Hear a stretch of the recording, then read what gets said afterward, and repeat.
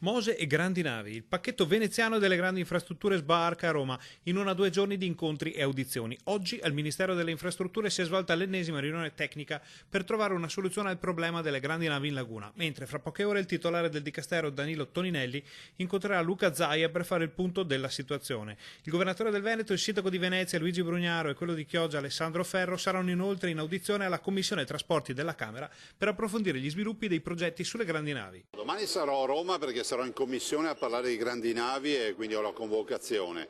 Incontrerò anche il ministro Toninelli molto probabilmente tra questa sera e domani, quindi nel giro di 24 ore incontrerò per parlare anche del tema Mose. Sul piatto l'ormai indispensabile soluzione al risico delle grandi navi, con tutte le ipotesi e le proposte attualmente al vaglio, fra le quali definire un intervento risolutivo. E naturalmente il tema del Mose, fra commissari e tempistiche di conclusione dei lavori. Rispetto alle grandi navi, Toninelli conosce già la nostra posizione, siamo in attesa di una posizione del ministro definitiva.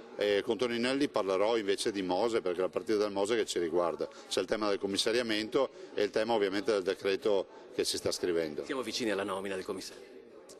Immagino di sì, visto e considerato che il ministro mi ha dato 2 nomi da valutare, mi incontrerò e vedremo di capire. Dalla riunione al MIT fra Ministro, Autorità Portuale e Direzione del Terminal Passeggeri di Venezia emerge da un post su Facebook di Toninelli come anche l'associazione che rappresenta a livello mondiale l'industria crocieristica abbia proposto un azzeramento progressivo dei passaggi di fronte a San Marco per quanto riguarda le navi superiori a 40.000 tonnellate.